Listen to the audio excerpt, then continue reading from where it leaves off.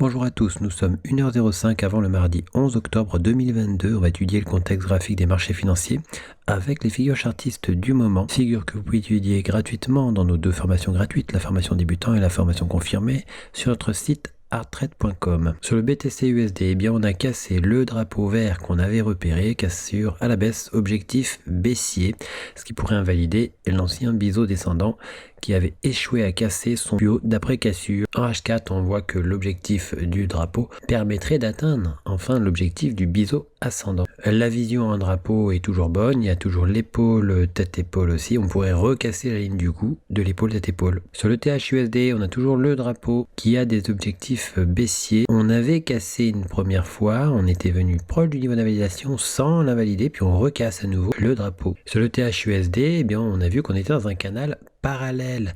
Il n'est pas impossible de revenir de l'autre côté, mais il n'est pas impossible non plus de revenir sur le support.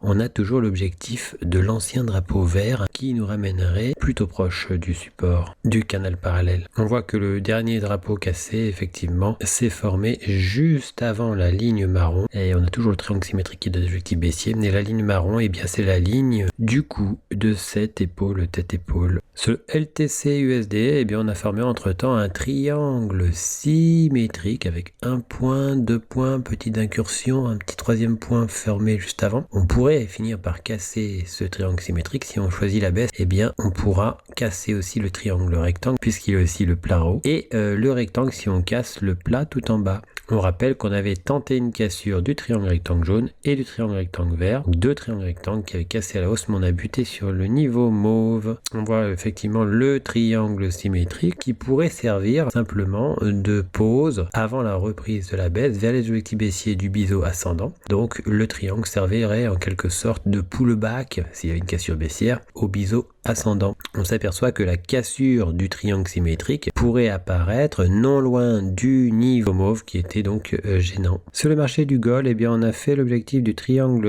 rectangle et on est venu assez proche du niveau d'invalidation de l'ancien V-bottom. Sur le silver, eh bien, on a replongé largement sous la ligne du coup du double creux. S'il y avait une remontée puis une recassure de la ligne du coup du double creux, eh bien, on aurait un obstacle qui est le plat en daily de ce biseau d'élargissement ascendant à angle droit, et on s'aperçoit qu'on avait cassé aussi un canal parallèle et qu'on fait un retour sur la résistance de ce canal parallèle. Sur le WTI, on est revenu préciser le plat du triangle rectangle, alors soit simplement pour faire un pullback et repartir à la baisse vers ses objectifs baissiers, soit pour remonter sur la résistance du canal parallèle. On a fait une incursion exagérée par un biseau vert en dessous. On pourrait très bien venir de l'autre côté de ce canal parallèle et le casser à la hausse. On s'aperçoit en H1 que nous avons effectivement le biseau descendant vert, on avait aussi le biseau ascendant mauve, celui-ci a atteint son objectif H, et il n'est pas impossible que l'on finisse par aller jusqu'à l'objectif du plus haut du biseau descendant. Sur le CAC 40, eh bien, on a effectué un pullback sur la tasse avec anse, on pourrait poursuivre jusqu'au moins ce plus bas. En H4, on s'aperçoit qu'on a rencontré un autre plus bas, celui-ci, il y en a deux finalement, et on peut rebondir sur ces niveaux-là. Par contre, il est à noter que nous avions donc un canal parallèle et qu'on pourrait très bien revenir sur le support de ce canal parallèle et donc sur le demi-objectif du biseau descendant à 1 point, 2 points, 3 points qui avait cassé ici. Sur le DAX, on a toujours le triangle rectangle d'origine qui donnait des objectifs donc haussiers, mais la ligne bleue a créé un obstacle, c'est la ligne du coup d'une épaule tête-épaule, et on a formé un drapeau entre temps, mais la cassure est assez timide. On est par contre toujours au-dessus du drapeau. En H1, on retrouve effectivement le drapeau ici, on voit que le bas du drapeau correspond au demi-objectif de l'épaule tête-épaule. Il n'est pas impossible de reprendre la baisse vers les objectifs chartistes de cette épaule tête-épaule. En daily, eh bien, on avait cassé le triangle symétrique bleu, on a fait une incursion sous l'oblique mauve. On tente un petit peu de prendre appui sur cet oblique mauve. Si on devait remonter et réintégrer le triangle symétrique, on pourrait éventuellement casser la résistance à 3 points. Et dans ce cas-là, on casserait un biseau descendant. Mais pour l'heure, sur le DAX, eh bien, les scénarios ne sont pas particulièrement optimistes puisque on est toujours sous le triangle symétrique. Sur UK100, on hésite toujours autour de la cassure de cette ligne du coup mauve, la ligne du coup du double sommet qui s'est formé après qu'on ait eu du mal à franchir le plus haut d'après cassure de la ligne du coup marron du double creux. Sur le Dow Jones, la cassure du double creux décalé a été contre-attaqué par la ligne du coup de la tasse avec anse. On pourrait s'orienter vers le demi-objectif de cette tasse avec anse. Sur le S&P 500, eh bien, on avait un obstacle qui aurait pu gêner la baisse, c'était ce plus bas, mais on est revenu casser ce plus bas. Sur le Nasdaq, eh bien, on est revenu sur le demi-objectif H du canal parallèle qui avait cassé ici. On avait fait un pullback dessus, on a fait un pullback encore plus généreux et finalement, on a réussi à en ressortir à la baisse et on a refranchi le plus bas ici qui correspondait à l'objectif du biseau d'élargissement ascendant. C'est aussi ce plus bas sensible. Effectivement, on a eu des difficultés à le franchir durablement, mais on le refranchit à nouveau. On n'est pas loin de l'objectif H de l'ancien double top de continuation. Sur le USD-CAD, on trouve quelque chose dans la zone bleue ici, sachant qu'on a toujours l'objectif H du triangle symétrique à réaliser. On s'aperçoit que effectivement H1, on est dans un drapeau 1 point, 2 points, parallèle 1 point, 2 points, petite incursion avant de revenir de l'autre côté cassé à la hausse. On pourrait s'orienter vers les objectifs H de ce drapeau, sachant qu'un retour sur la figure n'est pas impossible ou aux abords de la figure. Sur l'euro GBP, on avait cassé à la baisse le V top, qu'on peut imaginer comme un triangle rectangle aussi, parce qu'il y a un plat en bas et puis on peut créer une oblique au moins à 2 points. Et on s'aperçoit qu'on est en train de former une épaule tête-épaule. Si on se concentre sur cette épaule tête-épaule, donc inversée, on a 1 point, 2 points, 3 points très précis sur sa ligne du coup. Il faudrait par contre une cassure pour valider la configuration. On voit que la parallèle à la ligne du coup reproduit des points à gauche et à droite de la tête.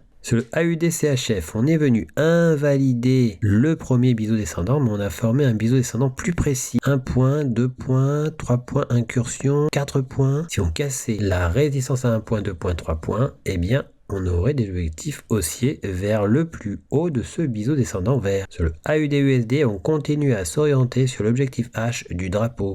En daily sur AUD-USD, eh bien on a réalisé le demi-objectif H de l'élargissement symétrique. NZD-JPY, on reprécise le support du biseau d'élargissement symétrique. On a cassé entre-temps un drapeau mauve qui donne des objectifs baissiers qui permettrait une recassure du biseau d'élargissement symétrique. Sur le AUD-JPY, on avait cassé aussi un drapeau. Ce drapeau, on a fait son demi-objectif H, la ligne pointillée. On pourrait aller jusqu'à l'objectif H. Dans ce cas-là, effectivement, l'objectif H de ce drapeau rose que l'on voit maintenant en H4 permettrait l'invalidation du drapeau mauve d'origine.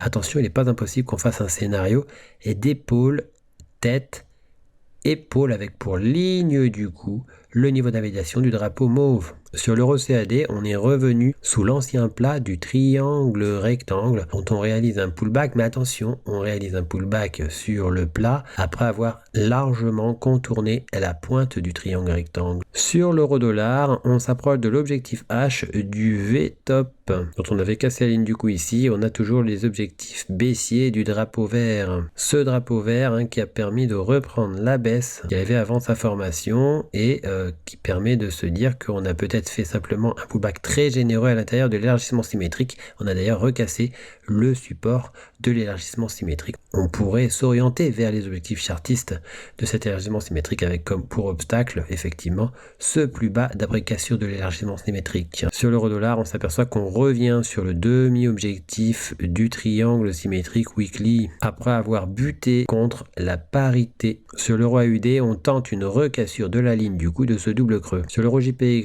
on pense à une éventuelle cassure de l'oblique à 3 points qui sert de support au biseau d'élargissement ascendant. Sur le GBP-JPY, eh bien on tente un rebond sur le triangle rectangle. On pourrait s'orienter sur les objectifs chartistes de ce triangle rectangle. Pour recevoir gratuitement les nouvelles figures chartistes en notification, vous allez sur le site internet, vous cliquez sur Analyse VIP.